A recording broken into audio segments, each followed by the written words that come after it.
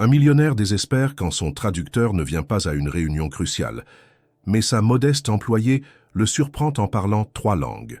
Élise Moreau, âgée de 31 ans, menait une existence d'une régularité presque invisible dans la ville de Lyon.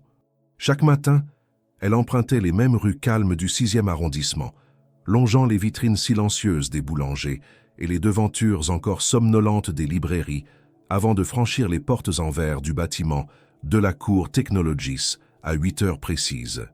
Depuis 2 ans, elle y occupait un poste modeste mais essentiel, responsable des archives numériques et de la correspondance interne, une fonction de l'ombre, discrète comme elle.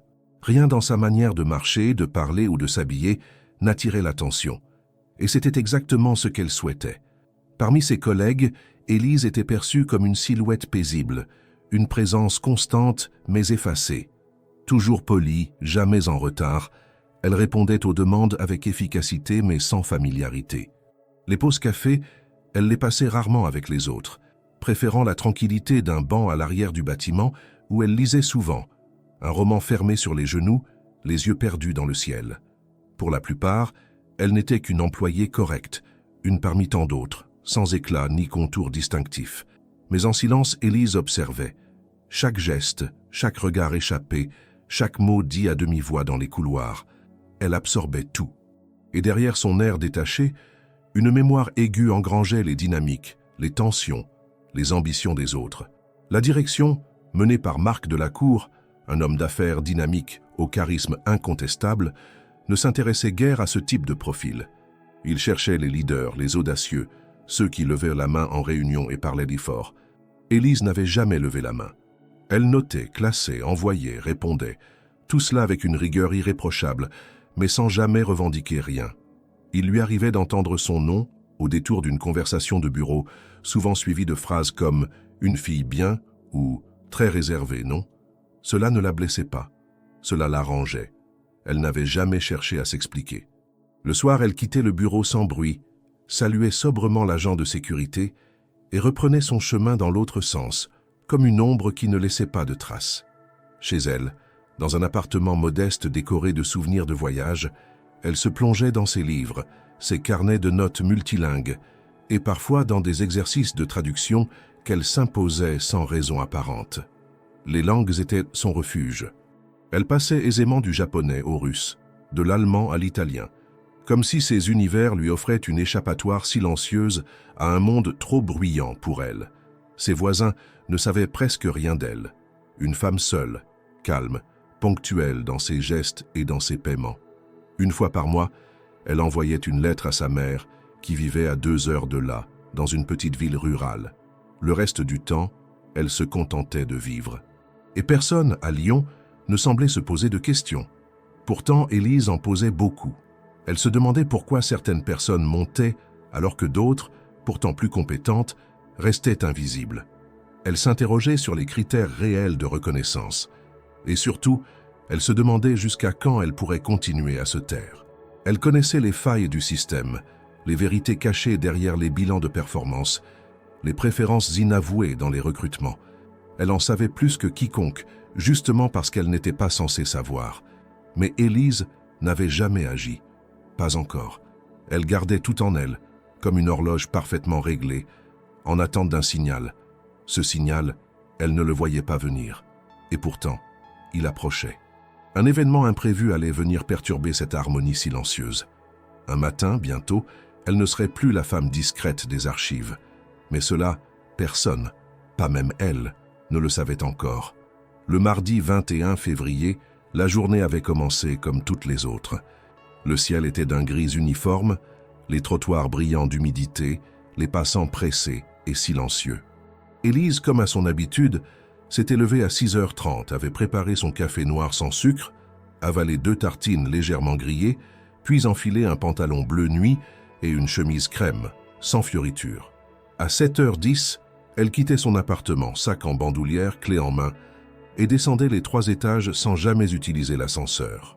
Elle traversait le parc Monceau comme chaque jour, saluant d'un signe de tête la vieille dame au caniche et le jogger en survêtement rouge, avant de rejoindre le métro, où elle retrouvait les mêmes visages mornes plongés dans leurs écrans.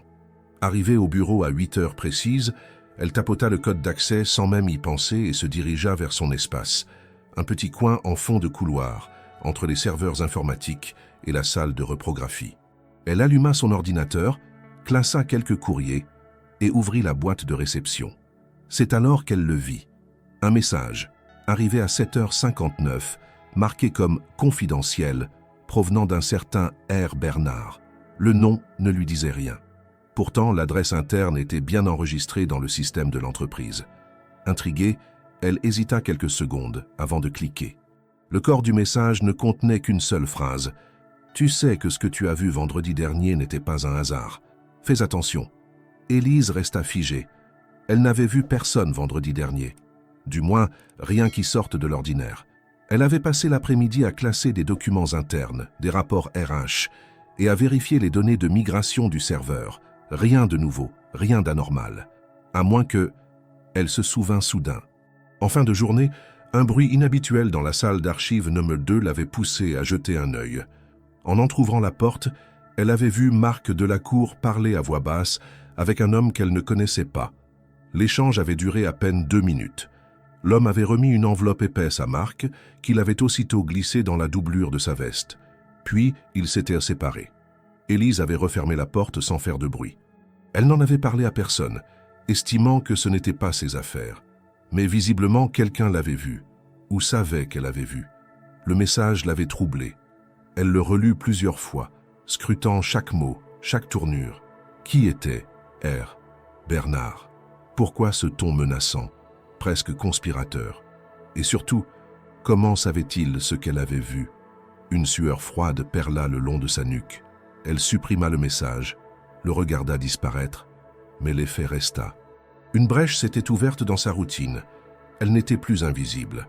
Pire, quelqu'un l'avait remarqué. Pendant le reste de la matinée, elle tenta de se concentrer, mais son esprit était ailleurs. Chaque mot échangé dans le couloir lui semblait suspect, chaque regard trop insistant. Chaque porte qui claquait provoquait un sursaut. Quand, à 10h15, Marc Delacour passa devant son bureau en lui lançant un bref « Bonjour, Élise ». Elle sentit son cœur cogner contre ses côtes. Son regard à lui, ce jour-là, s'était attardé une seconde de trop, comme s'il vérifiait quelque chose, comme s'il savait.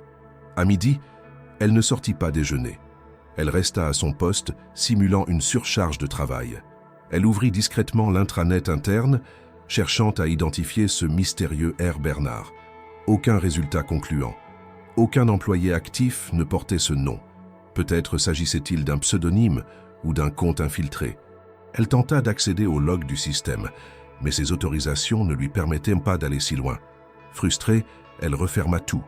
Puis, sans vraiment y réfléchir, elle sortit un carnet qu'elle gardait toujours dans un tiroir. Un vieux Moleskine noir, où elle notait ses réflexions, ses observations sur ses collègues, ses impressions quotidiennes. Elle y traça quelques lignes à propos de l'homme inconnu, de l'échange dans la salle d'archives, du message anonyme.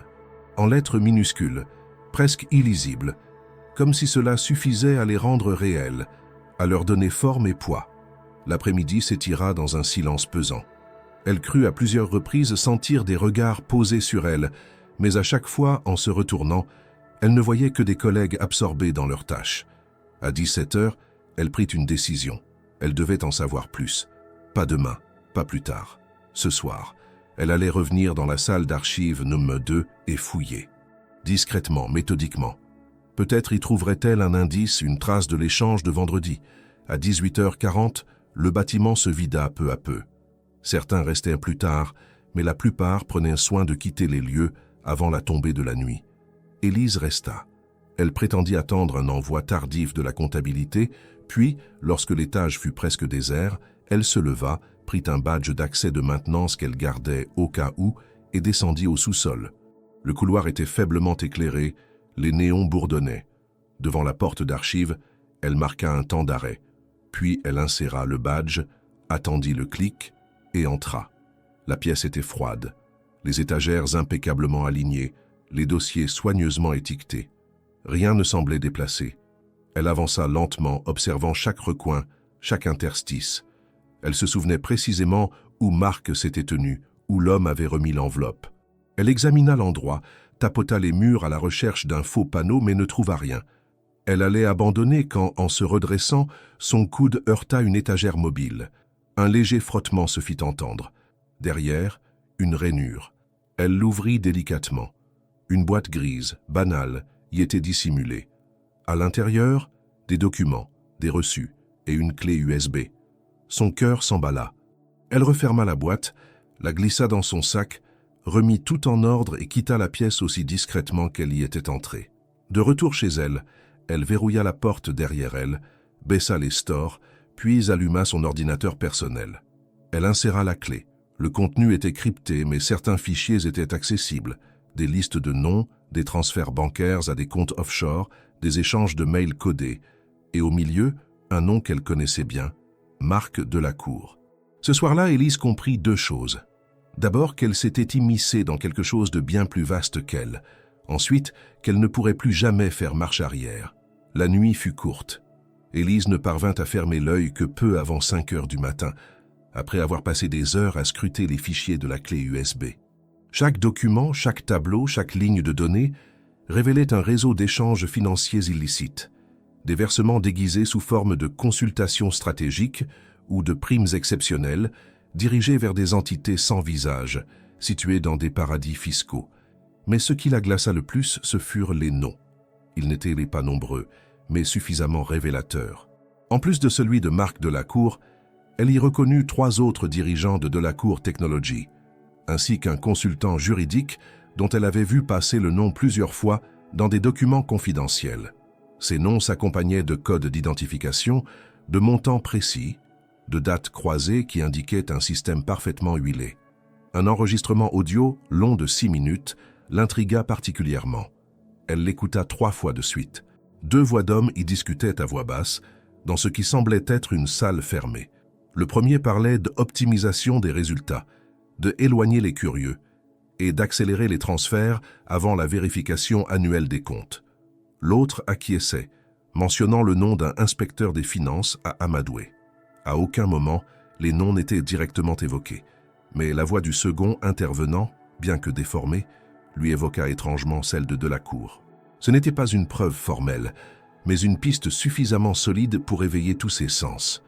Et surtout, elle se rendit compte qu'elle était désormais en possession d'un élément qui, entre de mauvaises mains, pouvait soit servir de levier, soit devenir un fardeau mortel. Le matin venu, elle n'alla pas travailler. Elle appela le service RH, feignant une légère fièvre, et annonça qu'elle prendrait un jour de repos. Sa voix était neutre, posée, presque trop calme. Personne ne s'étonna. On la savait fiable, sérieuse, rarement absente. On lui souhaita un prompt rétablissement. Une fois le téléphone raccroché, elle se servit un café fort et s'installa de nouveau devant son ordinateur. Elle savait que la clé USB était une mine, mais elle n'était pas experte en cybersécurité. Si elle voulait extraire toutes les informations chiffrées, elle aurait besoin d'aide. Mais à qui faire confiance? Elle pensa un instant à contacter la police, mais rejeta immédiatement l'idée. Elle n'avait aucune garantie qu'on la prendrait au sérieux. Et pire, si certains contacts de Delacour s'étendaient jusque dans les services d'enquête, cela pourrait la trahir. Il lui fallait quelqu'un d'extérieur, de compétent, mais sans lien direct avec l'entreprise. Elle se souvint alors de Lucien, un ancien camarade de promotion devenu analyste indépendant en sécurité informatique. Il s'était perdu de vue depuis des années, mais elle savait qu'il travaillait désormais en freelance, acceptant parfois des projets sensibles sous pseudonyme. Elle retrouva son adresse électronique dans ses anciens courriers et lui envoya un message succinct, sans entrer dans les détails. « Besoin de ton aide pour décoder un fichier. Urgent.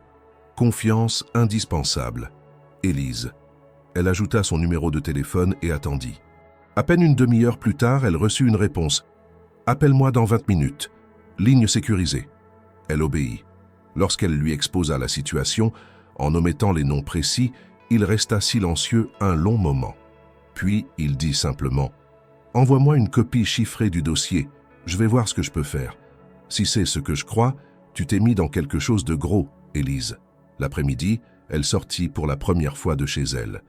Elle prit soin de ne pas emprunter ses trajets habituels, changea 2 fois de ligne de métro, descendit une station plus tôt et fit le reste du chemin à pied.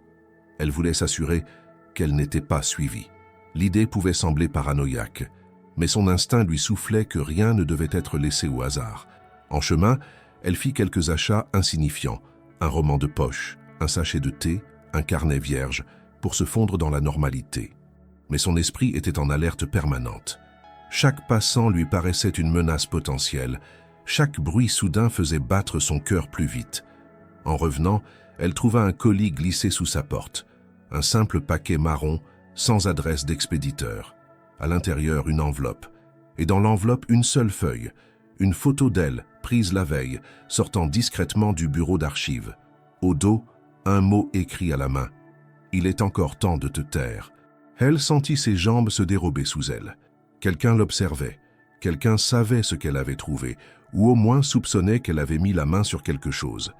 Elle referma la porte à double tour, baissa toutes les lumières, puis s'assit dans l'ombre, respirant par à-coups. La menace était réelle.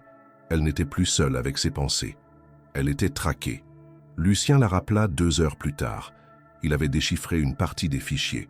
Ce qu'il avait vu le troublait. « Tu tiens des éléments de preuve pouvant faire tomber plusieurs cadres de haut niveau, » lui dit-il. « Mais si tu fais ça seul, tu ne tiendras pas 2 jours. » Il lui proposa de prendre rendez-vous avec un journaliste d'investigation qu'il connaissait bien, quelqu'un habitué à gérer ce genre de révélations. Élise hésita. Une part d'elle voulait fuir, effacer les fichiers, tout oublier. Mais une autre, plus forte, sentait que cette fois, elle ne pouvait plus reculer.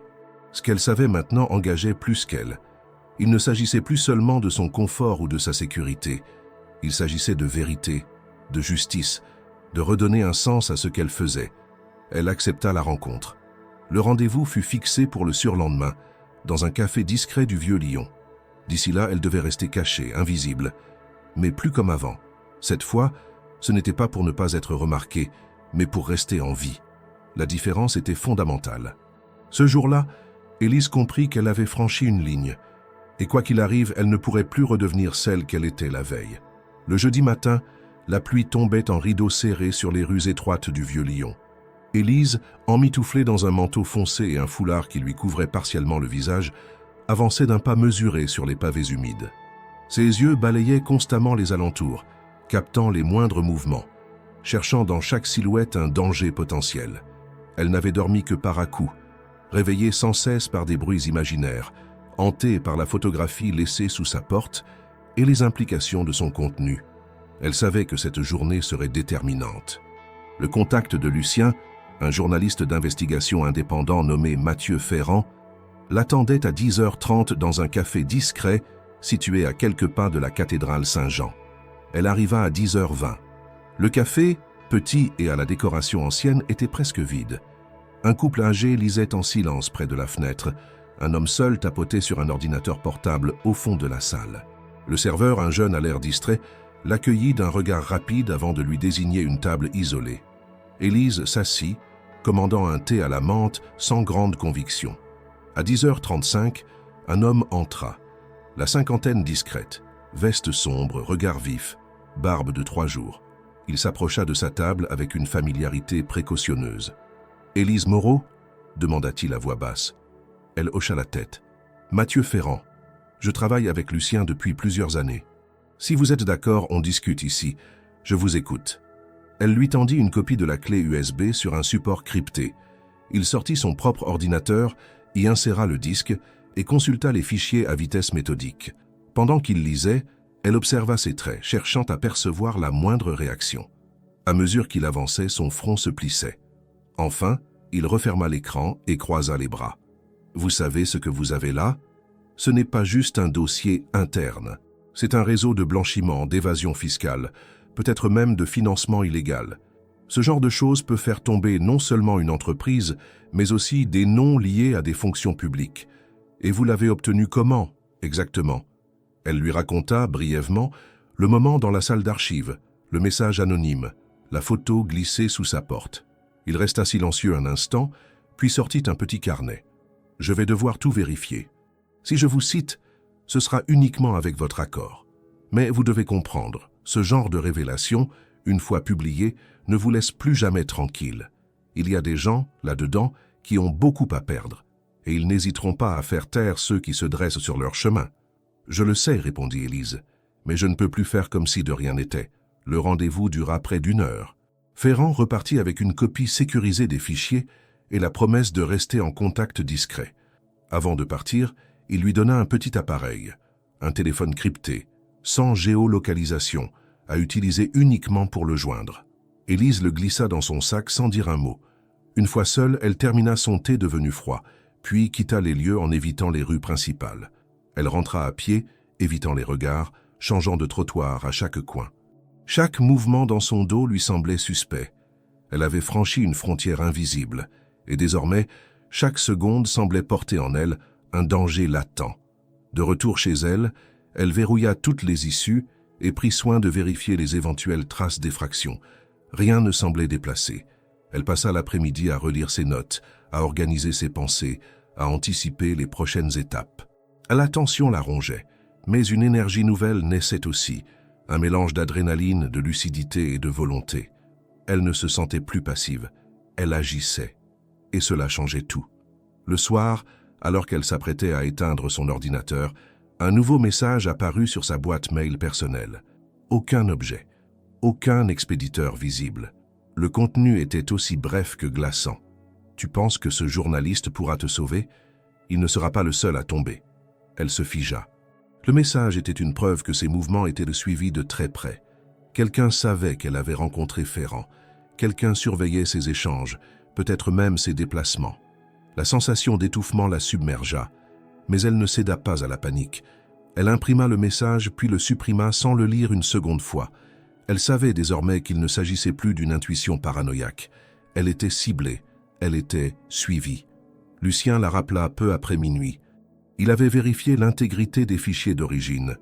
Tout semblait en ordre, aucun virus, aucune trace de suivi logiciel.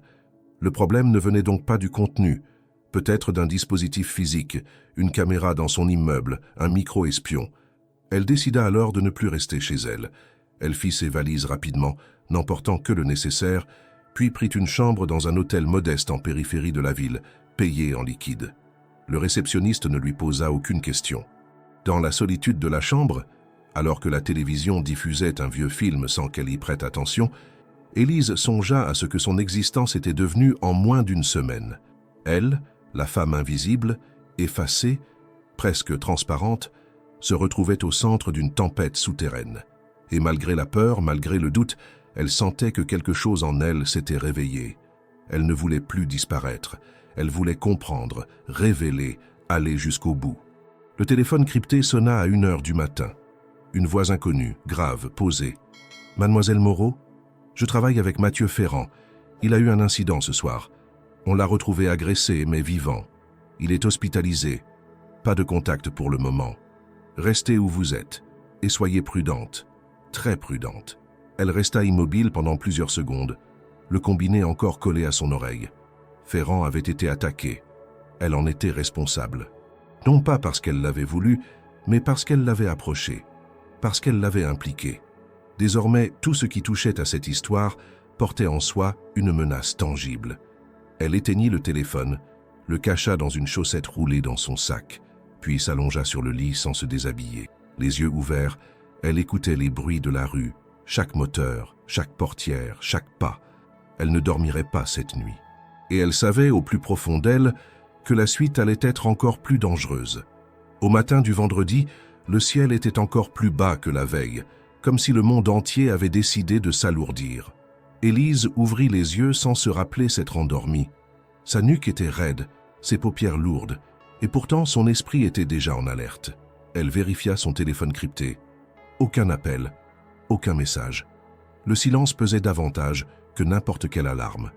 Elle resta un moment immobile, assise au bord du lit de l'hôtel, fixant le mur beige défraîchi, avant de se lever. Elle prit une douche glacée pour faire passer la torpeur, puis descendit acheter un café à emporter, conservant son visage dissimulé sous une casquette et une écharpe. Le réceptionniste lui jeta un regard absent, sans chercher à engager la moindre conversation. De retour dans sa chambre, elle commença à établir une liste des noms figurant dans les fichiers. Certains lui étaient totalement inconnus.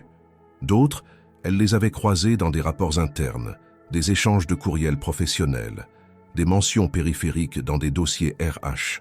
Chaque fois qu'un lien apparaissait, elle l'entourait, traçant une toile complexe de relations et d'actions. Ce qu'elle dessinait sur son carnet, ce n'était pas une simple arborescence d'entreprise, mais un réseau d'influence, d'argent et de compromission. Elle réalisa avec une clarté brutale que ces fichiers ne se limitaient pas à Delacour Technologies.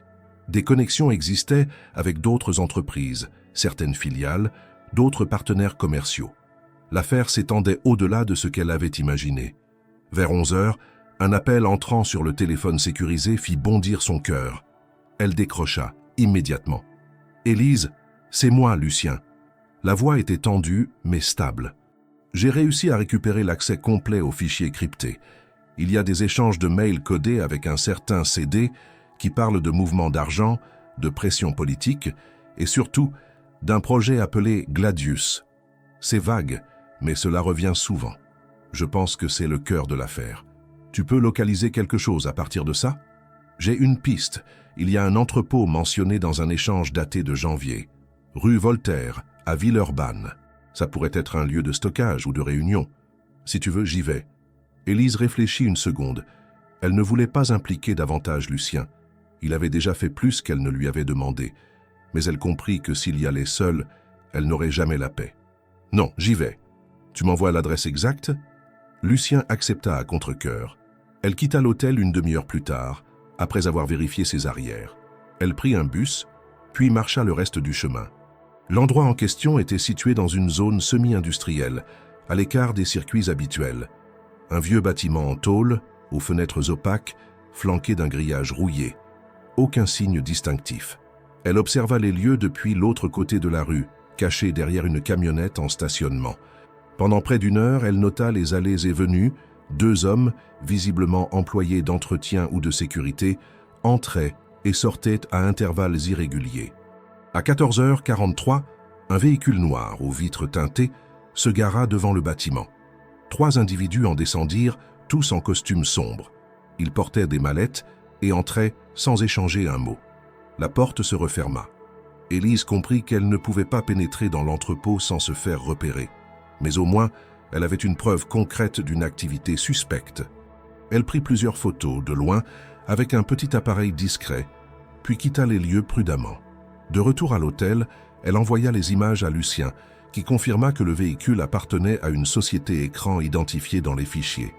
L'étau se resserrait, les pièces du puzzle se mettaient en place. Mais à mesure qu'elle avançait, la tension montait. En fin d'après-midi, alors qu'elle s'apprêtait à sortir acheter de quoi manger, elle reçut un appel sur son téléphone personnel, celui qu'elle n'avait plus utilisé depuis 2 jours. « Mademoiselle Moreau, ici commandant Régnier, police judiciaire de Lyon. Nous aimerions vous parler à propos de votre ancien employeur Marc Delacour.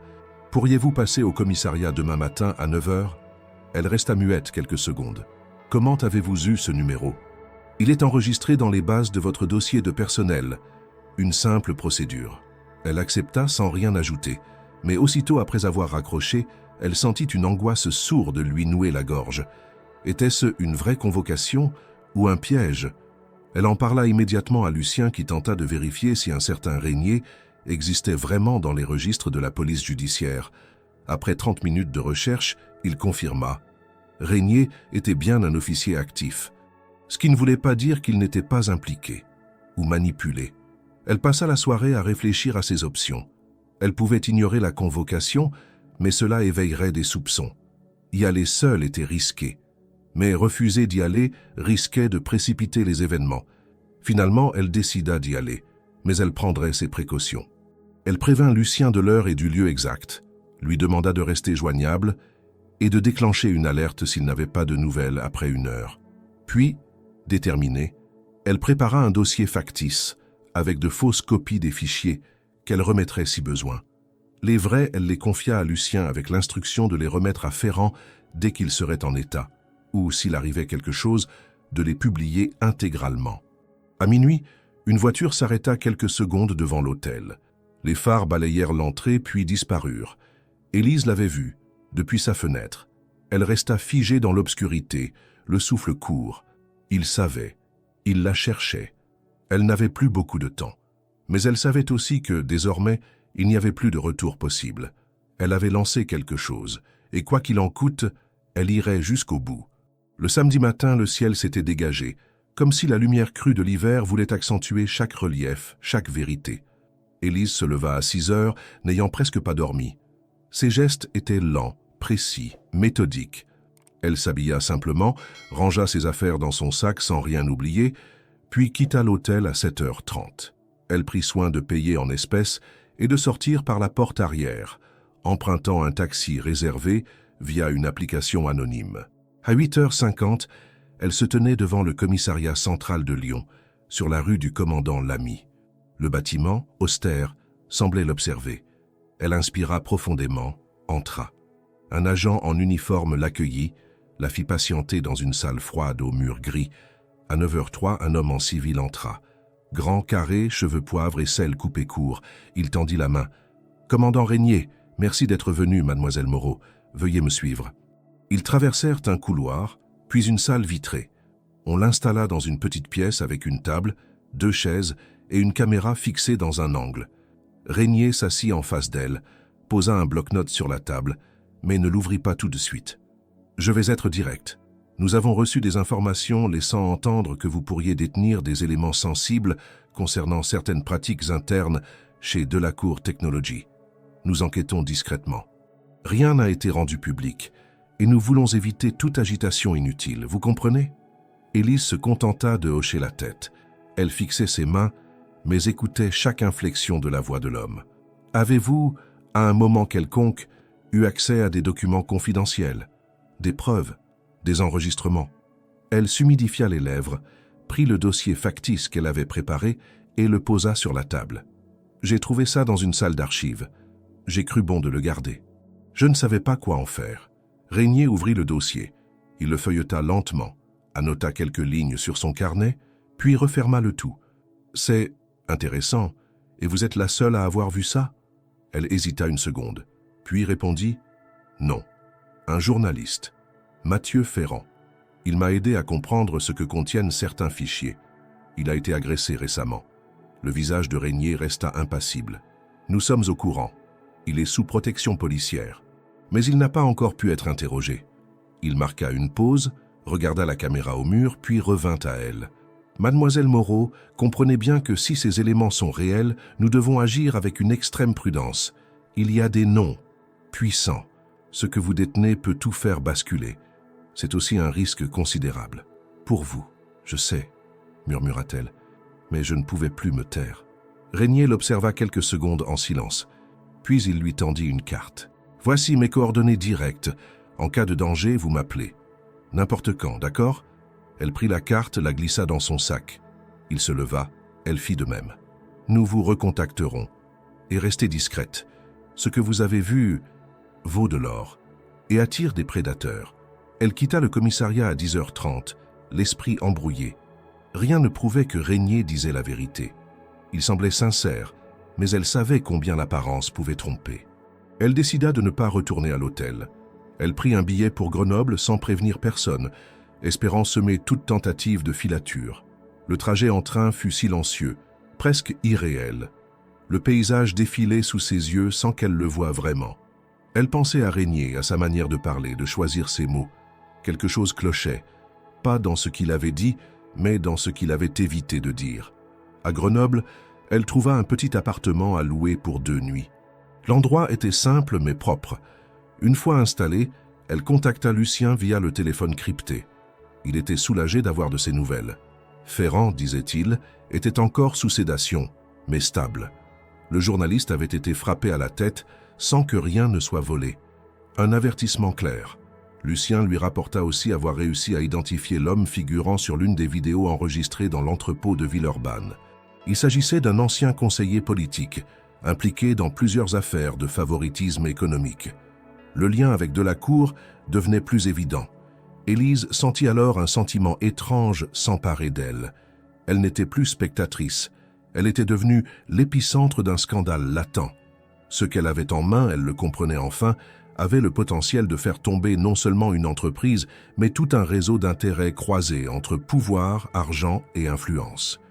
Et ce pouvoir nouveau, elle ne le voulait pas. Elle ne l'avait jamais cherché. Mais désormais, elle devait en assumer la charge. Dans la nuit, elle reçut un appel anonyme. Une voix numérique, altérée. « Vous avez parlé, vous êtes fichu. La police ne vous sauvera pas, vous avez 3 jours. » Puis la ligne coupa. Elle resta figée, le téléphone à l'oreille, le cœur battant à tout rompre. Elle comprit que tout allait s'accélérer, que le compte à rebours avait commencé. Mais ce qu'il ne savait pas, c'était qu'elle aussi, elle avait un plan. Et que, cette fois, elle n'était pas seule. Le lendemain matin, dans la clarté terne d'un dimanche hivernal, Élise se réveilla avec l'impression d'avoir dormi quelques minutes à peine. L'appel de la veille tournait en boucle dans sa tête, chaque mot pesant comme un compte à rebours invisible. Elle se leva sans bruit, se fit un café dans la petite kitchenette du studio qu'elle avait loué, puis s'installa face à la fenêtre, observant les toits gris de Grenoble. L'atmosphère était calme, presque trompeusement paisible, mais sous cette apparente tranquillité, elle sentait une tension rampante, comme une vibration constante dans l'air. 3 jours, c'était le délai que ses ennemis lui avaient laissé. Mais pour faire quoi? Livrer les fichiers? Se taire? Disparaître? Lucien l'appela en fin de matinée. Sa voix était plus grave que d'habitude. « J'ai contacté quelqu'un de solide. Il a déjà collaboré avec moi sur des affaires sensibles. Un ancien du renseignement reconverti en consultant. Il a vu les fichiers. Il pense que le projet Gladius pourrait être lié à un programme illégal de collecte de données financières à grande échelle. Si c'est vrai, ce n'est plus simplement une question de corruption d'entreprise. C'est un scandale d'État. » Élise ne répondit pas tout de suite. Elle regardait toujours dehors, mais son esprit était ailleurs. Elle sentait qu'une digue invisible venait de se fissurer. Le mot « État » changeait tout. Jusque-là, elle pensait affronter un réseau de dirigeants corrompus, peut-être des partenaires influents, mais limités au monde de l'entreprise.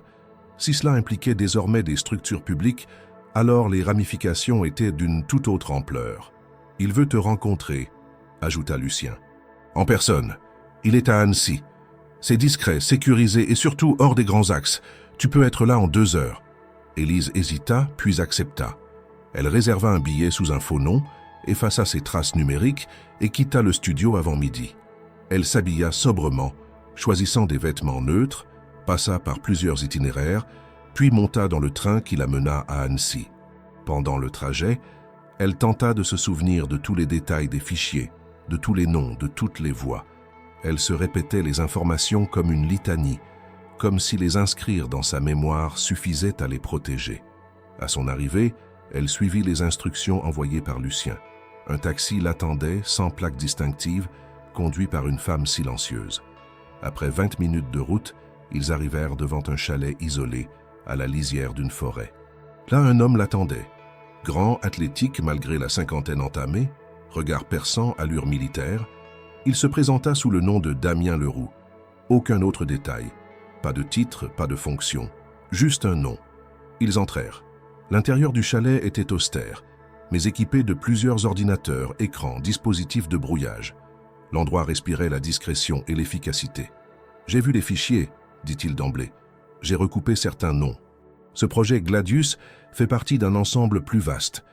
Un programme qui devait servir à identifier des flux financiers suspects, notamment liés au blanchiment d'argent et au terrorisme. Officiellement, il a été dissous. Officieusement, il a été détourné par certains hauts fonctionnaires. Les données récoltées servaient à manipuler des marchés, éliminer des concurrents et financer des opérations douteuses. Ce que vous avez là, c'est une bombe. Une vraie. » Il parlait sans émotion, presque mécaniquement, comme s'il récitait un rapport. Mais Élise sentait une colère froide derrière chaque mot. Il poursuivit. « Les gens impliqués n'hésiteront devant rien. Ferrand a été frappé, mais c'était un message. S'ils avaient voulu le tuer, ils l'auraient fait. Vous êtes une variable incontrôlée. Et les variables, dans ce genre d'équation, on les élimine. Vous n'avez plus que 2 options. Soit vous disparaissez, vraiment. Soit vous frappez les premiers, fort et publiquement. Et si je rends les fichiers à la justice ?» Leroux haussa les épaules. « Quelle justice? Vous croyez que ce genre d'affaire sera traité de façon neutre? Vous allez tomber sur un magistrat intègre, peut-être, ou sur un homme qu'ils tiennent déjà. Vous voulez parier votre vie là-dessus ?» Un silence pesant s'installa. Élise sentit sa gorge se nouer. Elle n'avait jamais voulu cela. Elle voulait juste comprendre, révéler ce qu'elle avait vu. Pas entrer dans une guerre invisible, pas devenir la cible d'un système entier. Alors que proposez-vous? Demanda-t-elle enfin. Vous allez organiser une fuite médiatique, massive. Pas un simple article, un dossier complet remis à plusieurs journalistes en simultané. On appelle cela une diffusion miroir. S'ils veulent effacer les preuves, ils devront éteindre tous les canaux en même temps. Impossible. Mais pour que ça marche, il vous faut une signature. Quelqu'un qui prendra la parole publiquement. Et ce quelqu'un, c'est vous. Élise sentit le sol vaciller sous ses pieds. Elle, s'exposer. Elle, parler face aux caméras. Elle avait toujours fui la lumière, toujours préféré l'ombre. Mais elle comprenait. Si elle ne mettait pas son visage, sa voix, son histoire sur ses fichiers, ils perdraient leur poids. Personne ne lirait un dossier venu d'un anonyme. Il fallait une conscience, une figure, une preuve vivante. « J'ai besoin de réfléchir », murmura-t-elle. « Vous avez jusqu'à demain midi. Après, il sera trop tard. » Elle passa la nuit dans le chalet, dans une petite chambre sobre. Elle relut les fichiers encore et encore, écouta les enregistrements, nota chaque détail. Puis elle se regarda longuement dans le miroir. Elle ne reconnaissait plus la femme qui lui faisait face. Ce n'était plus la documentaliste discrète de Delacour Technologies. C'était quelqu'un d'autre.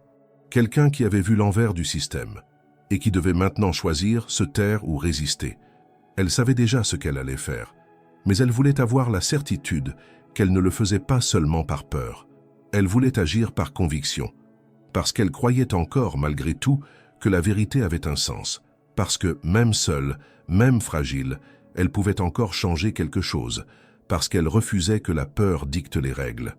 Parce que c'était le seul chemin possible désormais. À l'aube, Élise se réveilla dans un silence presque surnaturel. Le chalet de Damien Leroux semblait suspendu dans le temps, hors du tumulte du monde, comme si l'espace lui-même retenait son souffle avant le saut décisif. Elle resta immobile dans le lit, les yeux fixés sur le plafond de bois brut, à écouter les moindres sons, le grincement léger d'une poutre, les craquements du sol gelé dehors, le souffle du vent à travers les branches. Elle n'avait pas dormi profondément, mais son esprit, curieusement, était d'une clarté limpide.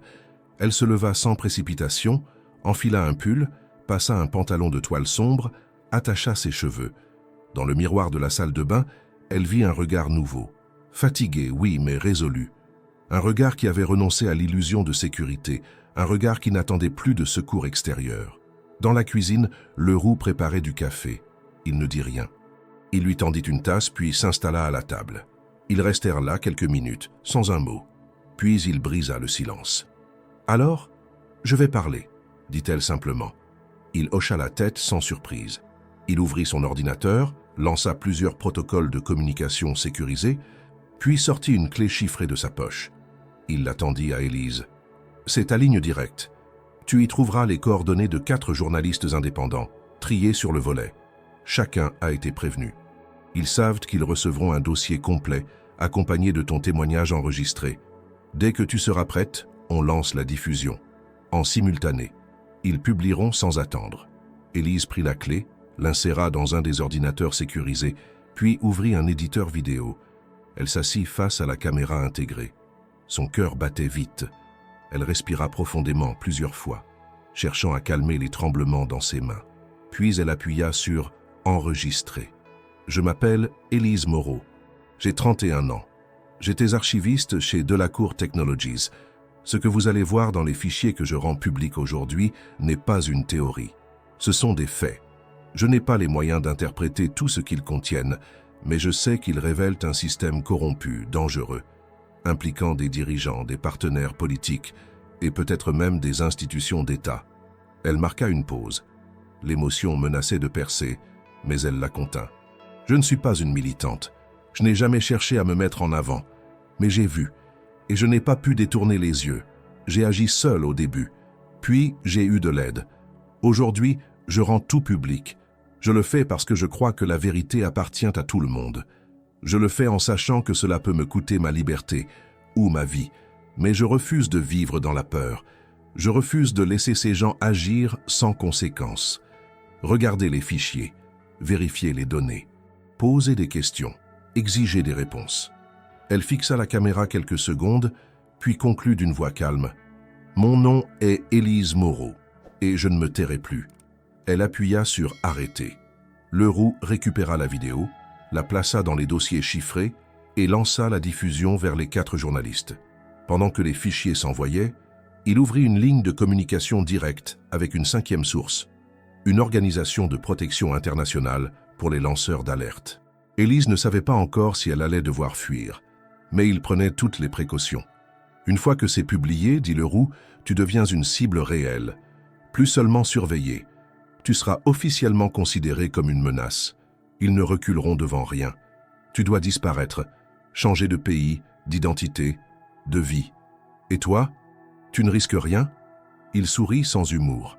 Je suis déjà un fantôme, et j'ai fait ce choix il y a longtemps.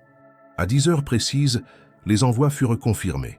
Quelques secondes plus tard, le premier site publia l'article, puis un second. Les réseaux sociaux commencèrent à se remplir de copies, de commentaires, d'analyses. Des extraits de la vidéo d'Élise furent partagés massivement. Des mots comme révélation, scandale, corruption, état profond circulaient avec une intensité fébrile. En moins de 15 minutes, l'affaire devint virale. Les noms cités commencèrent à apparaître en tendance. Les photos d'Élise tirées de sa vidéo se multiplièrent. Elle était devenue, en un instant, le visage d'une vérité que beaucoup attendaient, sans y croire. Elle observait tout cela, les mains posées sur ses genoux, le souffle court. Elle ressentait un mélange étrange de soulagement, de peur et de vide. Ce qu'elle avait porté seule pendant des jours, elle le partageait désormais avec le monde entier. Ce n'était plus son fardeau. C'était une onde de choc, et elle savait qu'elle ne pourrait pas rester longtemps dans le chalet. « Prépare tes affaires, dit Leroux. Tu pars dans 1 heure. Nouvelle destination, nouvelle identité. Tu ne pourras plus revenir. Pas tout de suite, peut-être jamais. Où vais-je aller? Tu n'as pas besoin de le savoir. Pas encore. On te dira dans le train. » Elle acquiesça sans discuter. Elle s'était déjà détachée de ce qu'elle avait été. Ce qui comptait maintenant, c'était la suite. La suite pour elle, pour les journalistes, pour les lecteurs, pour la vérité. Dans ce chalet reculé, elle avait pris une décision irréversible. Et ce choix, elle ne le regrettait pas. 1 heure plus tard, elle montait dans un véhicule banalisé, conduite par un homme qu'elle ne connaissait pas. Derrière elle, le chalet disparaissait dans le rétroviseur. Devant, un avenir incertain, mais un avenir choisi. Pour la première fois depuis longtemps, Élise n'avait pas peur. Elle était seule, oui, mais pas abandonnée. Elle avait trouvé sa voie. Et cette voie, désormais, ne pourrait plus être réduite au silence. Lundi matin, la France se réveilla dans un vacarme médiatique sans précédent. Les plus grands titres nationaux relayaient en une la déclaration d'Élise Moreau, accompagnée de mots-clés explosifs. Corruption d'État, manipulation de marché, programme clandestin, enrichissement illégal. Les chaînes d'information interrompèrent leur programme pour décrypter en direct le contenu des documents révélés. Des experts, d'anciens magistrats, des journalistes d'investigation, tous s'exprimaient, analysaient, extrapolaient. Le pays tout entier découvrait non seulement le projet Gladius, mais aussi une cartographie des liens opaques entre dirigeants d'entreprises, hauts fonctionnaires et intermédiaires politiques. Un scandale à échelle systémique. Dans les premières heures de la matinée, le gouvernement tenta de contenir la déflagration. Un communiqué officiel affirma que des vérifications préliminaires étaient en cours, que les accusations, bien que graves, nécessitaient une analyse approfondie. Mais déjà, les journalistes disposant de la totalité des fichiers multipliaient les publications, nommant des individus, présentant les preuves croisées, retraçant les circuits de l'argent dissimulé. Les noms cités devenaient instantanément des sujets de polémique publique. Certains tentaient de se défendre, d'autres choisissaient le silence, et quelques-uns, plus rares, disparaissaient purement et simplement des radars, effaçant leurs comptes, quittant leur poste ou même le territoire. Au même moment, Élise, dans une maison isolée à l'étranger, suivait les événements en temps réel sur un écran discret. Elle avait été conduite là par un réseau de protection opérant à l'échelle internationale. L'endroit n'était pas nommé, les fenêtres étaient bardées de volets et la connexion Internet passait par des relais cryptés. Chaque clic, chaque visite de site était filtrée, protégée, mesurée. Lucien lui écrivait de façon codée, la tenant informée. Ferrand avait repris connaissance et donné son premier entretien à une grande chaîne indépendante. Il confirmait tout. Il avait vu les fichiers, enquêté sur certaines pistes avant même qu'Élise ne le contacte. Sa voix encore affaiblie portait pourtant avec force les mêmes mots. Ce que nous tenons là dépasse la simple malversation. C'est un système entier qui a été conçu pour tricher, manipuler et se protéger lui-même. Le parquet financier, sous pression médiatique et populaire, avait ouvert une enquête formelle. Une cellule spéciale fut constituée, incluant des magistrats de haut niveau, des officiers de gendarmerie et des analystes. L'ordre avait été donné de commencer les perquisitions, de saisir les documents, d'interroger les responsables cités dans les publications, mais dans l'ombre, la riposte s'organisait. Des menaces non signées arrivaient dans les boîtes mail des journalistes. Certains témoins recevaient des appels anonymes. Des familles de lanceurs d'alerte étaient harcelées ou mises sous surveillance. La machine de contre-attaque ne dormait jamais. Élise, elle, oscillait entre l'euphorie et la peur. Elle avait vu son nom devenir un symbole, son visage apparaître sur des affiches numériques, des profils militants, des articles de fond. Des anonymes l'appelaient « la voix de la justice », la mémoire éveillée, la conscience qu'on ne peut plus ignorer. Mais derrière les messages de soutien, elle sentait la fragilité de sa position.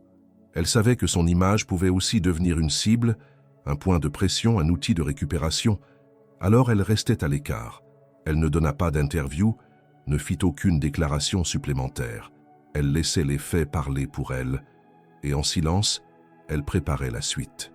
Leroux, resté dans l'ombre, continuait à surveiller les flux d'informations. Il identifia les premières tentatives de désinformation, les articles commandités visant à discréditer Élise, à remettre en question sa santé mentale, ses motivations ou ses relations. Certains médias affirmaient qu'elle avait été manipulée par un réseau idéologique. D'autres insinuaient qu'elle aurait agi pour de l'argent ou dans le cadre d'une vengeance personnelle. Toutes ces attaques étaient attendues, mais elles n'en étaient pas moins dangereuses. Le 3e jour, un site obscur publia un article contenant des extraits de dossiers personnels d'Élise. Sa scolarité, ses précédentes adresses, les noms de ses proches, des photos privées. Une tentative claire d'intimidation. Leroux intervint immédiatement. Il lança un contre-rapport prouvant que ces données avaient été extraites illégalement et que la publication constituait une violation grave de la vie privée. Plusieurs associations de défense des lanceurs d'alerte prirent publiquement la défense d'Élise, exigeant que les plateformes retirent les contenus et que les auteurs soient poursuivis. Dans l'appartement sécurisé, Élise regardait les informations défiler, sentant chaque révélation comme une lame fine sous la peau. Elle avait choisi cette voie, mais elle mesurait maintenant tout ce qu'elle coûtait. Elle n'avait plus de vie normale. Elle ne pouvait plus appeler sa mère, ni envoyer de lettres. Elle ne pouvait plus marcher librement dans une rue, ni entrer dans une librairie. Elle avait troqué son anonymat contre une responsabilité écrasante. Mais malgré la solitude, malgré le vertige, elle ne regrettait pas. Le soir du 4e jour, elle reçut un message vocal sur le canal sécurisé. C'était Ferrand. « Élise, tu ne me dois rien, mais je voulais que tu saches que grâce à toi, on a ouvert quelque chose qui ne pourra plus être refermé. J'ai vu ce que tu as fait. Tu n'as pas seulement transmis des fichiers, tu as rendu la peur inutile. Et ça, c'est plus puissant que tout le reste. » Elle écouta le message plusieurs fois. Elle ne répondit pas. Elle n'en avait pas besoin. Les mots étaient suffisants. À ce moment précis, elle comprit que le plus difficile n'était pas de révéler la vérité. Le plus difficile, c'était de la défendre, jour après jour, contre le silence, contre la peur, contre l'oubli. Et c'est exactement ce qu'elle allait continuer à faire. Même dans l'ombre, même seule. Parce que désormais la vérité avait un nom, et ce nom c'était le sien. Une semaine s'était écoulée depuis la publication des fichiers. Le tumulte médiatique ne faiblissait pas. Chaque jour, de nouveaux éléments issus des documents transmis par Élise apparaissaient dans la presse. Des noms supplémentaires, jusque-là inconnus du grand public, étaient mis en cause. Des sociétés écrans, des transactions codées, des réunions confidentielles organisées à l'étranger. Le programme Gladius, conçu à l'origine pour surveiller des flux financiers suspects, se révélait être devenu un levier de contrôle économique aux mains d'un réseau d'influenceurs puissants, liés aussi bien au secteur privé qu'à des institutions publiques. La pression politique montait. À l'Assemblée nationale, une commission d'enquête avait été proposée, suscitant un débat houleux entre partisans d'un assainissement profond et ceux plus prudents, qui demandaient de ne pas tirer de conclusions hâtives. Le Premier ministre avait dû faire face à une salve de questions, certaines embarrassantes. sur les liens entre plusieurs membres de son cabinet et des entreprises nommées dans les fichiers. Les réponses, floues ou dilatoires, ne firent qu'accentuer la suspicion publique. Dans les coulisses, des tractations fébriles avaient lieu. Des responsables cherchaient à se protéger, à effacer des traces, à trouver des boucs émissaires. Plusieurs cadres de Delacour Technologies furent mis en congé administratif ou suspendus à titre conservatoire. Marc Delacour lui-même, jusque-là silencieux, organisa une conférence de presse. Il affirma d'un ton calme n'avoir jamais eu connaissance d'activités illégales liées à son entreprise, ni autorisé ou favorisé aucun programme parallèle. Il qualifia Élise Moreau d'ancienne employée frustrée et insinua que les documents pouvaient avoir été altérés ou sortis de leur contexte. Sa déclaration fut immédiatement contestée par des experts en cybersécurité qui validèrent l'authenticité des fichiers et l'absence de modification. Mais le mal était fait. Une partie de l'opinion publique commençait à se diviser, tiraillée entre admiration pour le courage d'Élise et doute instillé par des campagnes de dénigrement savamment orchestrées. Dans son lieu d'exil, Élise suivait chaque détail avec une attention fébrile. Elle annotait les articles, classait les vidéos, mémorisait les noms et les dates. Elle n'était plus spectatrice de son acte, mais archiviste de ses conséquences. Elle savait que la vérité, une fois révélée, ne suffisait pas à s'imposer d'elle-même. Elle avait besoin d'être défendue, répétée, confirmée, contre toutes les formes de brouillage. C'était une autre bataille, plus lente, plus insidieuse. Une guerre contre l'érosion de la mémoire. Lucien lui rapporta que 2 des journalistes ayant participé à la diffusion avaient reçu des menaces précises.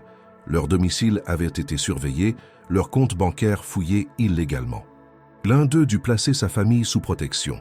Une journaliste proche de Ferrand révéla dans un podcast que ses sources étaient constamment sollicitées, parfois achetées, parfois intimidées. L'environnement devenait toxique, comme si chaque mot prononcé en faveur de la vérité devenait une dette à payer. Malgré tout, des voix s'élevaient. Des magistrats intègres, des universitaires, des anciens responsables publics prenaient la parole pour soutenir l'importance des révélations. Plusieurs associations appelèrent à une mobilisation civique. Des pétitions circulaient pour exiger la démission des responsables cités. Des rassemblements silencieux furent organisés dans plusieurs grandes villes, où les manifestants brandissaient des pancartes portant simplement le prénom Élise, devenu un symbole de résistance lucide. Mais dans l'ombre, la riposte continuait. Un nouveau site, au contenu douteux, publia une vidéo prétendant montrer Élise en train de manipuler des documents. Le montage grossier fut rapidement dénoncé, mais il atteignit des millions de vues en quelques heures. Les commentaires haineux se multiplièrent. Certains y voyaient une preuve qu'elle mentait, d'autres dénonçaient une machination pour affaiblir l'État. Le climat se tendait, et avec lui la menace devenait plus directe. Leroux, toujours en contact discret, avertit Élise qu'un contrat officieux aurait été proposé à une unité privée spécialisée dans la neutralisation de risques sensibles. Rien ne permettait de confirmer l'information, mais il la considérait suffisamment crédible pour changer de stratégie. Il décida de déplacer Élise une nouvelle fois dans un endroit plus sécurisé, géré par un ancien réseau de renseignements alliés. Avant de partir, il lui confia un document scellé. « Ce que tu as lancé, dit-il, ne s'arrêtera pas. Mais toi, tu dois survivre. Tu ne peux pas défendre la vérité si tu n'es plus là pour la porter. Ouvre ce document seulement si tu es contrainte de tout abandonner. » Ils quittèrent le refuge en pleine nuit, dans une voiture banalisée, à travers les routes secondaires. Le nouveau lieu d'accueil, situé dans une région montagneuse, était encore plus isolé que le précédent. Là, Élise se retrouva seule dans un chalet en pierre, alimenté par des panneaux solaires, sans aucun contact direct avec le monde extérieur. Le silence y était total. Elle y passa ses journées à relire les fichiers, à écrire des notes manuscrites, à enregistrer des pensées à voix basse sur un dictaphone. Chaque mot prononcé, chaque ligne tracée, était pour elle un acte de persistance, une manière de dire « Je suis encore là ». Une nuit, elle rêva qu'elle marchait dans les rues de Lyon, libre, anonyme, et que personne ne se souvenait d'elle. Les gens passaient à côté sans la reconnaître. Elle entrait dans son ancien bureau et tout était comme avant. Elle ouvrait un tiroir et n'y trouvait rien, juste le vide. Ce rêve la réveilla en sursaut, haletante. Elle comprit alors que le plus grand danger n'était pas d'être traquée. Le plus grand danger, c'était d'être oubliée, et c'est cela qu'elle décida de combattre désormais. L'oubli. Car tant qu'on se souvenait, tant qu'on racontait, tant qu'on transmettait, la vérité vivait. Et tant qu'elle vivait, le pouvoir ne pouvait plus dormir tranquille. Dans la 3e semaine suivant la révélation d'Élise, l'onde de choc continuait de se propager, mais un glissement subtil se faisait sentir dans le traitement médiatique. Alors que les premiers jours avaient été marqués par l'enthousiasme, l'indignation et la recherche de vérité, une fatigue sourde commençait à s'installer. Les informations saturaient les écrans, les révélations se succédaient, mais l'attention du public semblait vaciller. D'autres nouvelles prenaient le relais, des crises parallèles, des débats politiques plus immédiats. Et dans cet espace naissant, une nouvelle stratégie se déployait, plus pernicieuse, plus dangereuse que les menaces directes, la dilution. Le pouvoir, sous ses multiples visages, avait compris qu'il ne pouvait pas éteindre la lumière d'Élise. Alors, il tenta de l'absorber, de l'engloutir dans un récit plus vaste, plus flou. Des experts surgirent sur les plateaux pour relativiser l'affaire, parler de systèmes complexes, d'erreurs administratives, voire d'opérations mal comprises. Des articles aux titres ambigus commencèrent à apparaître. Élise Moreau, la vérité ou l'obsession. Quand la transparence devient une arme, fuite ou sabotage. Tout était fait pour semer le doute, non pas sur les faits, mais sur les intentions, sur la légitimité même de parler. Dans son chalet de pierre, Élise observait cette métamorphose avec un mélange d'effroi et de lucidité. Elle reconnaissait les techniques, les rouages de ce qu'elle avait lu dans des rapports confidentiels, de ce qu'elle avait vu se jouer à échelle microscopique dans son ancienne entreprise. Mais cette fois, c'était elle qui était visée, elle qui devenait une figure à modeler, à casser, à détourner. Elle comprit que pour résister, elle devait redevenir sujet de sa propre histoire. Non pas une victime ni un symbole passif, mais une narratrice, quelqu'un qui affirme. Elle décida d'enregistrer une seconde vidéo. Pas une réponse, pas une défense, une déclaration, une reprise de parole. Elle se coiffa simplement, choisit un pull sombre et s'assit devant la caméra de l'ordinateur sécurisé. Son visage était marqué, creusé par la fatigue, mais ses yeux, eux, étaient les plus vifs que jamais. Elle parla sans notes, sans plan. Vous êtes en train d'oublier. Pas parce que les faits sont faux, mais parce que certains ont décidé que l'oubli était plus confortable. On vous dit que c'est complexe. Oui, c'est complexe. Mais ce n'est pas une excuse pour se taire. On vous dit que je suis une anomalie, une figure isolée, une émotion. Mais je ne suis pas une image. Je suis une femme. J'ai vu des fichiers, j'ai entendu des voix, j'ai lu des contrats, et tout ce que j'ai transmis est vrai. Elle marqua une pause, puis reprit plus posément. Ce n'est pas mon histoire qui compte, ce sont les noms, les comptes, les décisions prises dans l'ombre, ce sont ces réunions, ces enveloppes, ces messages codés. C'est cette mécanique de pouvoir qui transforme les lois en outils de profit personnel. Ce que j'ai dénoncé, ce n'est pas une erreur, c'est un système. Elle conclut d'une voix plus basse, presque intime. Je ne vous demande pas de me croire, je vous demande de regarder, d'écouter, de ne pas vous détourner. Parce que ce qu'ils veulent, c'est votre silence, pas le mien. Moi, j'ai déjà parlé. La vidéo fut diffusée par les mêmes journalistes, accompagnée d'un nouvel ensemble de documents jusque-là non publiés. Une série d'échanges internes entre membres de cabinets ministériels et dirigeants privés, révélant des rendez-vous secrets, des modifications de régulation à la demande, des suppressions d'enquêtes internes. L'effet fut immédiat. La tentative de récupération narrative fut mise en échec, au moins temporairement. Le public, relancé par la vigueur de la vidéo, recommença à partager, à commenter, à s'indigner. Mais une autre menace se profilait. Leroux, par ses contacts, apprit qu'un mandat d'arrêt international avait été préparé contre Élise, sous prétexte de violation de données confidentielles à caractère stratégique. Ce mandat n'était pas encore émis, mais son élaboration montrait une volonté claire de criminaliser son acte.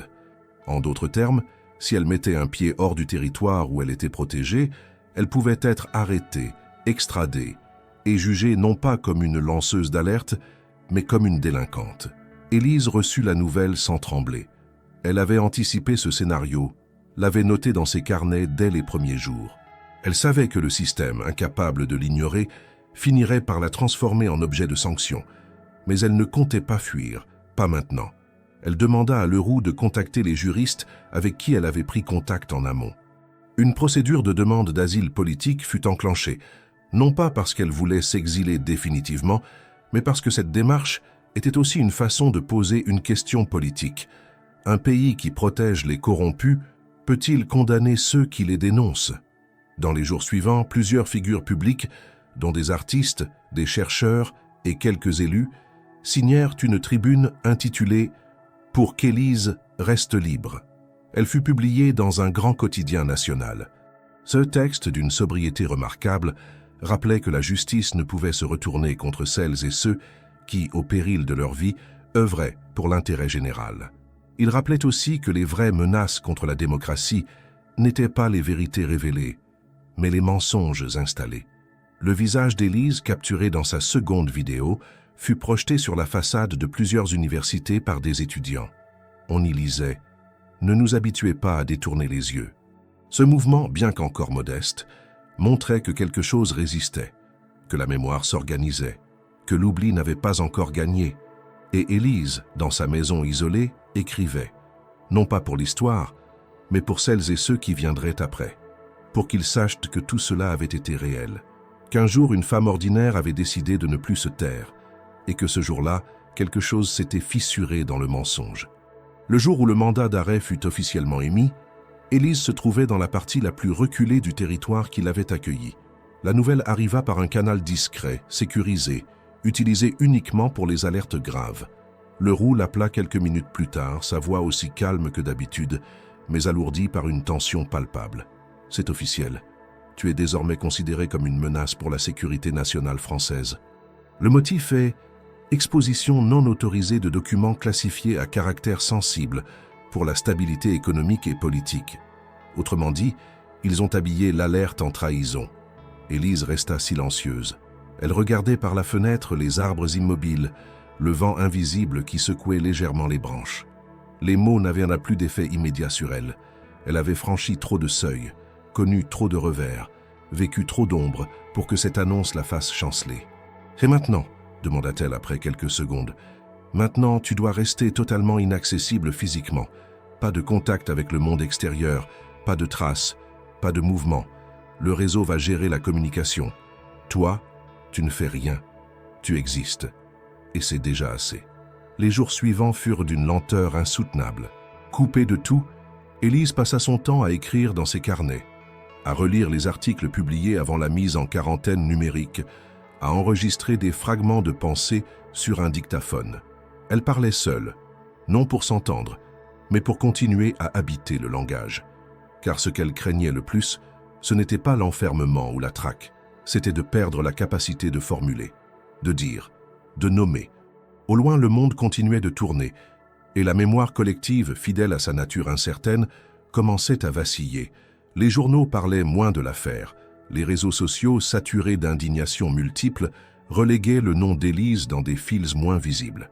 Certains journalistes poursuivaient leurs enquêtes, mais ils devaient se battre contre la lassitude de leur rédaction, contre les menaces voilées, contre le brouillard installé volontairement autour du scandale.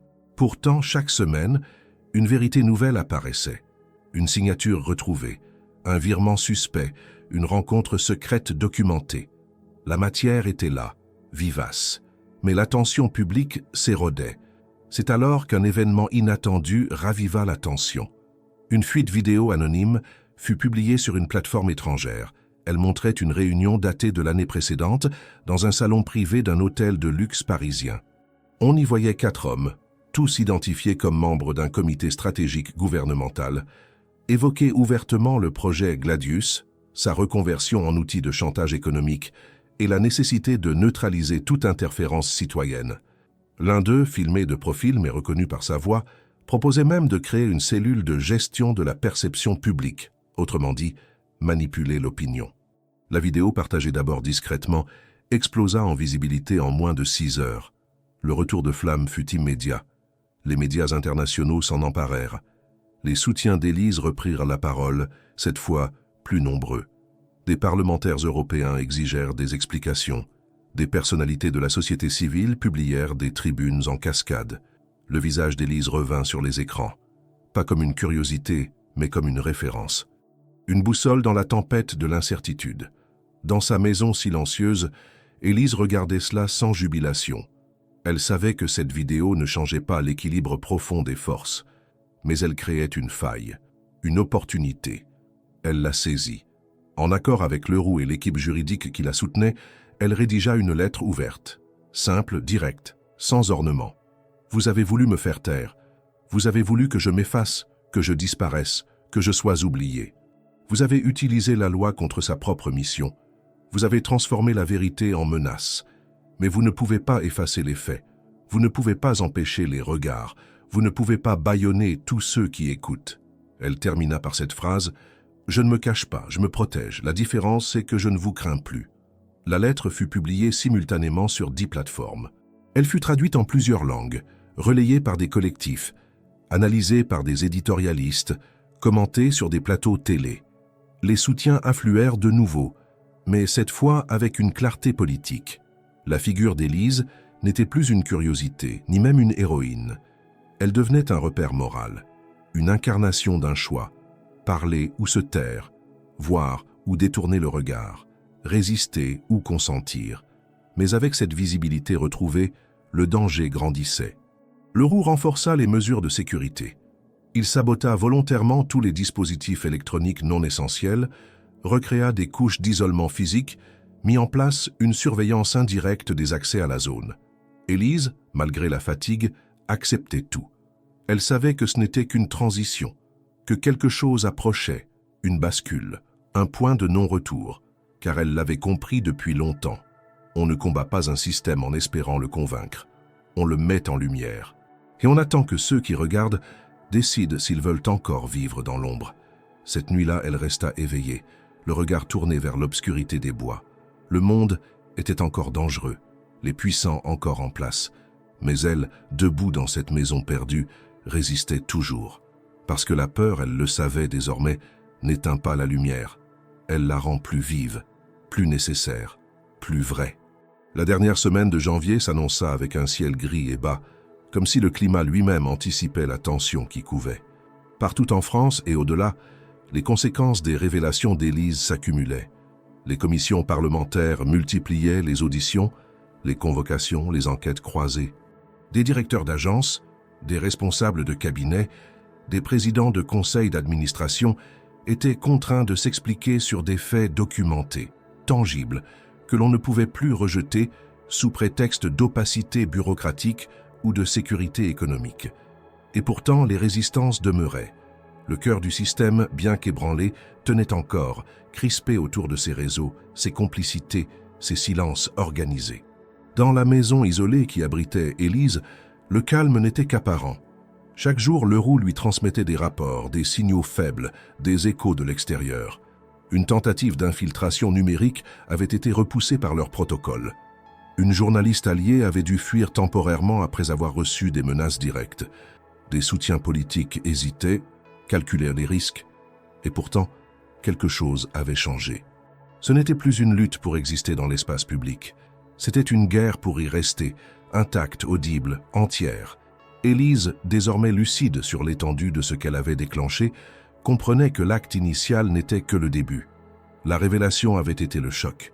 La suite devait être une construction. Il ne suffisait pas de faire tomber des masques. Il fallait aussi bâtir des protections, créer un héritage, une trace que personne ne pourrait plus effacer. C'est dans cet esprit qu'elle proposa à Leroux une dernière opération, la libération intégrale des archives. Il s'agissait d'un volume considérable de données, classées, organisées, commentées par ses soins, avec l'aide ponctuelle de Lucien et de quelques analystes de confiance. Des centaines de pages, de transcriptions, de tableaux, de fichiers audio, tout ce que le projet Gladius contenait, et au-delà, les noms, les montants, les dates, les méthodes, mais aussi les silences, les stratégies, les coutures invisibles du pouvoir. Ils décidèrent de ne pas envoyer cela aux médias. Pas cette fois. Ils allèrent le mettre à disposition du public en libre accès, via une plateforme distribuée, non censurable. Ce serait brut, sans filtre, mais précédé d'un manifeste signé d'Élise, qui en expliquerait l'intention. Faire de chaque citoyen un dépositaire de la vérité. Le manifeste fut écrit en une seule nuit. Élise s'installa devant son carnet, une bougie allumée sur la table, et laissa sa main glisser sur le papier. Elle n'y mit ni plainte ni apitoiement, juste une pensée claire. Je vous donne tout, parce que ce n'est plus à moi. Ce que j'ai vu vous appartient. Ce que j'ai porté vous revient. Ne vous contentez pas de regarder. Lisez, apprenez, résistez. Car la vérité, lorsqu'elle est partagée, devient une force que même la peur ne peut dissoudre. Le texte fut traduit, adapté, gravé en préambule de la base de données. Le lancement eut lieu un jeudi matin, sans annonce préalable. En moins d'une heure, les premiers téléchargements commencèrent. Des copies furent faites, relayées, archivées sur des serveurs citoyens, des forums de juristes, des sites de chercheurs, des réseaux universitaires. Rapidement, l'archive devint inarrêtable. Elle circulait par torrents, par clés physiques, par réseaux alternatifs. Elle devenait ce qu'Élise avait toujours voulu, indestructible. La riposte ne se fit pas attendre. Des avocats mandatés par les entités citées réclamèrent la fermeture de la plateforme. Des injonctions furent émises, sans effet. La Cour européenne des droits de l'homme fut saisie pour tenter d'interdire la diffusion, mais l'argument du droit à l'information l'emporta. Dans les jours qui suivirent, plusieurs groupes de citoyens se mobilisèrent pour lire publiquement des extraits du manifeste dans des lieux symboliques. Universités, bibliothèques, tribunaux, places publiques. La parole d'Élise n'était plus confinée à un écran. Elle devenait vivante, incarnée, humaine. Dans sa maison cachée, Élise écoutait les enregistrements de ses lectures. La voix tremblante d'un jeune étudiant récitant ses mots devant une centaine de personnes, les larmes d'une avocate lisant à haute voix un passage sur la complicité des institutions, le silence solennel d'une assemblée populaire reprenant la phrase finale comme un serment. Rien ne s'efface, tant que nous veillons. Leroux la rejoignit sur la terrasse un soir, alors que le soleil déclinait derrière les montagnes. Il portait un téléphone satellite à la main. « Tu as reçu une invitation. Un collectif international veut organiser une conférence autour des lanceurs d'alerte. Ils aimeraient que tu sois présente, ou du moins que tu leur envoies un message. » Elle prit l'appareil mais ne répondit pas tout de suite. Son regard était perdu dans l'horizon. Puis elle dit, doucement, « Je parlerai, mais pas pour moi, pour ce que ça a produit, pour ce que ça continue de produire. » Ce soir-là, elle enregistra un message simple, en plusieurs langues. Pas une allocution, pas un discours, juste une voix, une présence, une conscience qui refusait de disparaître. Ce message fut projeté lors de la conférence, en clôture, et dans la salle, on se leva non pas pour applaudir une héroïne, mais pour saluer une évidence. La vérité ne vient jamais d'un seul acte, mais d'une succession de refus. Refus de taire, refus de céder, refus de se résigner. Élise, dans son exil, n'était pas libre au sens politique. Elle ne pouvait rentrer. Elle ne pouvait marcher dans la rue. Elle ne pouvait encore étreindre les siens. Mais elle avait gagné une autre forme de liberté, plus rare, plus exigeante, celle d'avoir été fidèle à ce qu'elle savait être juste, jusqu'au bout. Et cela, aucune menace, aucun décret, aucun oubli ne pourrait jamais le lui reprendre. Ce fut ainsi que s'acheva la première partie de son histoire. Non comme un cri, mais comme un souffle qui traverse le temps, les frontières, les écrans. Un souffle qui ne dit pas « j'accuse », mais « je veille ». Un souffle que rien, désormais, ne pouvait plus étouffer.